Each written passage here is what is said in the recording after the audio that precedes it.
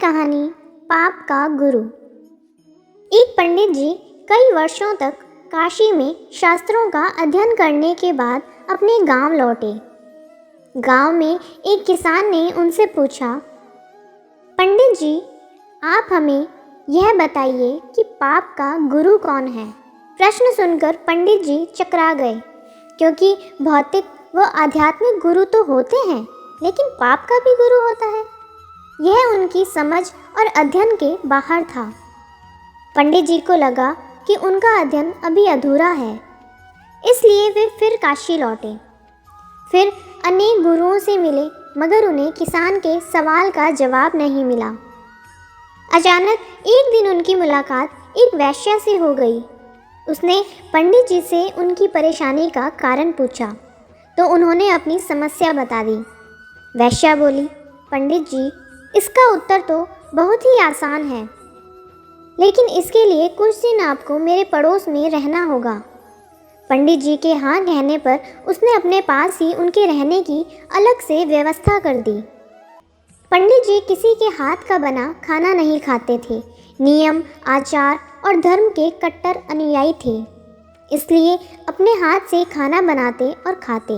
इस प्रकार कुछ दिन बड़े आराम से बीते, लेकिन सवाल का जवाब अभी नहीं मिला।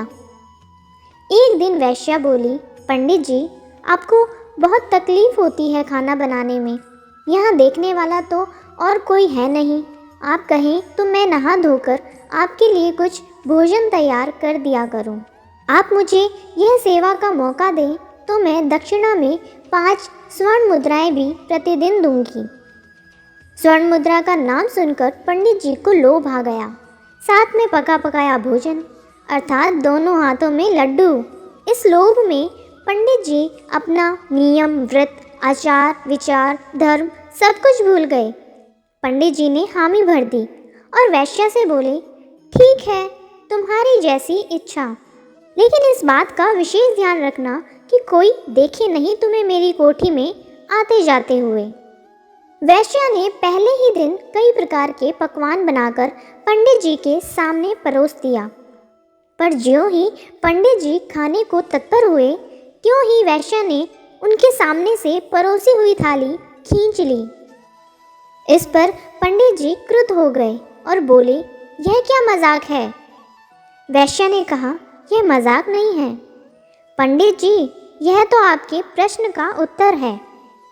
यहाँ आने से पहले आप भोजन तो दूर किसी के हाथ का भी नहीं पीते थे, मगर स्वर्ण मुद्राओं के लोभ में आपने मेरे हाथ का बना खाना भी स्वीकार कर लिया।